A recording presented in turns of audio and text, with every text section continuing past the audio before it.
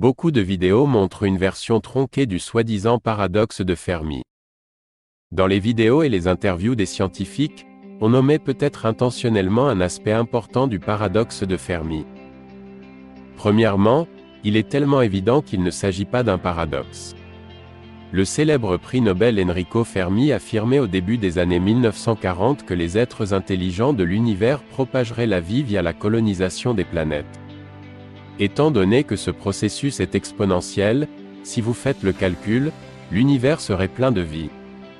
Mais ce que la communauté scientifique omet de dire, c'est que ces planètes qui ont été terraformées seraient liées entre elles par des grands-parents, des enfants, tout cela dans des chaînes infinies de générations de planète en planète, de système solaire en système solaire, du près au lointain.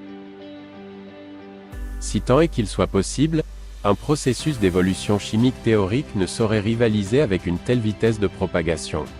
Une sorte de sélection naturelle des processus de propagation de la vie dans l'espace éliminerait l'évolution chimique en tant que processus viable. En effet, le processus d'évolution chimique théorique est beaucoup trop lent en comparaison, au moins 100 000 fois moins rapide. Pour avoir une idée de la puissance de propagation suggérée par Fermi, celui-ci aurait répandu la vie dans tout l'univers connu en beaucoup moins d'un millième du temps que prendrait l'évolution à se développer sur une seule planète. Cela signifie que la vie serait essentiellement un phénomène artificiel.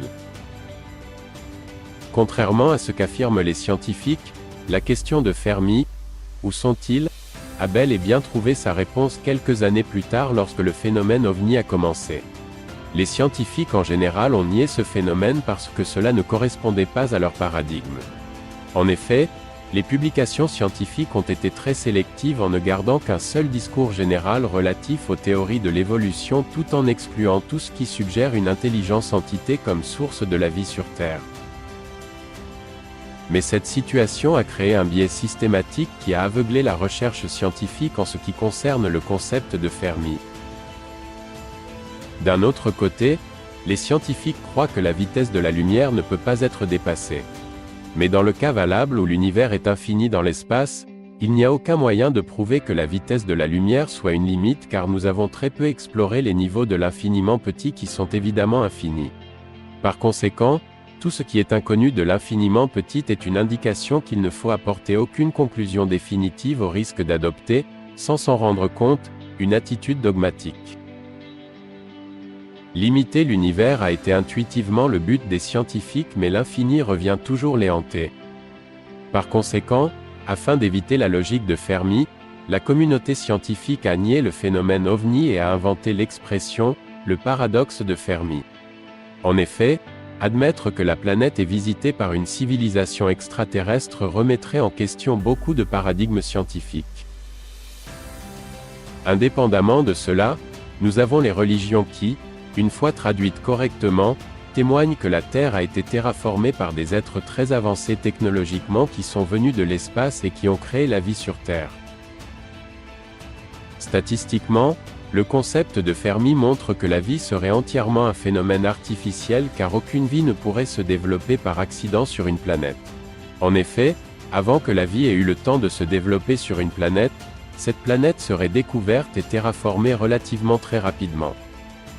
De plus, l'ADN contient un langage très complexe qui conduit à fabriquer des formes de vie. Il s'agit donc essentiellement d'un système d'information très avancé, plus avancé que notre niveau scientifique sur Terre. Étant donné que seuls les êtres intelligents peuvent créer l'information, seuls les êtres intelligents peuvent être à la source de la création de la vie. Si ce n'est pas nous qui avons créé la vie sur Terre, eh bien ce sont des êtres venus d'ailleurs, ce qui valide indépendamment le concept de Fermi. Nous voici donc en présence de trois types de preuves indirectes qui confirment le concept de Fermi, qui, et c'est très important, s'avère extrêmement probable et attendu d'un point de vue mathématique. Lorsqu'ils sont venus sur Terre, les terraformeurs ont amélioré leur technique pendant la période de terraformation, une sorte d'évolution qui s'est produite dans l'esprit des terraformeurs, et non par des accidents moléculaires aléatoires miraculeux. En effet, le concept que des accidents aléatoires créeraient l'information, est actuellement le dieu des évolutionnistes. Des accidents aléatoires ne peuvent en aucun cas créer de l'information de façon significative, surtout en ce qui concerne l'énorme complexité informative contenue dans l'ADN. En effet, l'ADN humaine est faite de 3,5 milliards d'unités de programmes qui ont dû nécessiter des programmeurs intelligents. Cela indique que la vie se propage comme Fermi l'a énoncé, des entités biologiques intelligentes propagent la vie dans l'univers comme les humains propagent la vie sur les continents de la planète. Les textes religieux ont été influencés par les terraformeurs créateurs scientifiques de la vie sur Terre.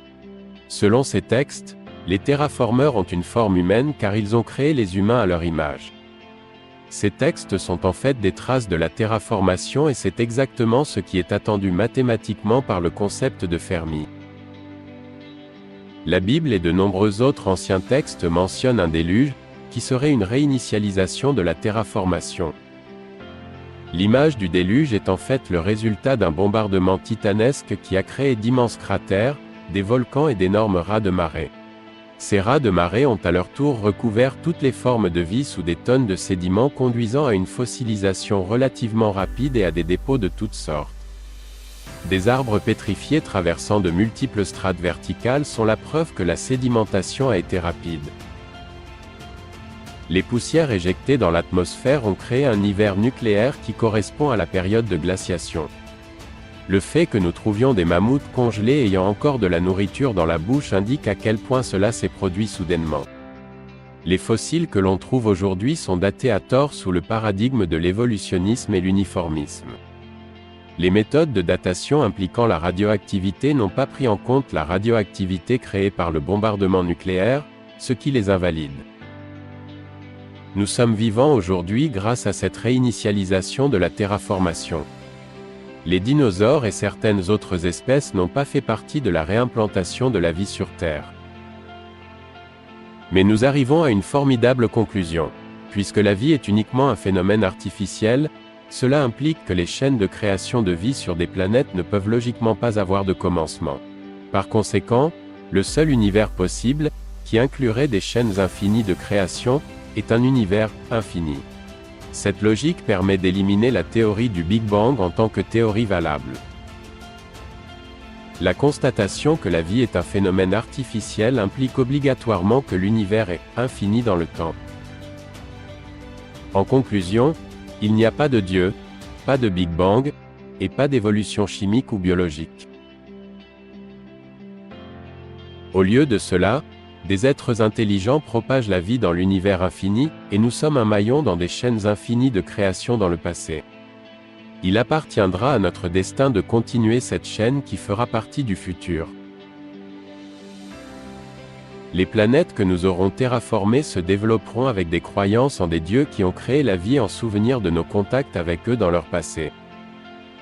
Plus tard, ils développeront des théories scientifiques de l'origine de la vie attribuant l'origine à des hasards chimiques et génétiques car ils ne pourront imaginer ce qui s'est vraiment passé. Ils seront à une période que nous vivons actuellement, une période de révolution culturelle et scientifique. Nous avons la chance de vivre cette période dans laquelle, pour la première fois dans notre développement, nous pouvons comprendre notre origine et notre destinée.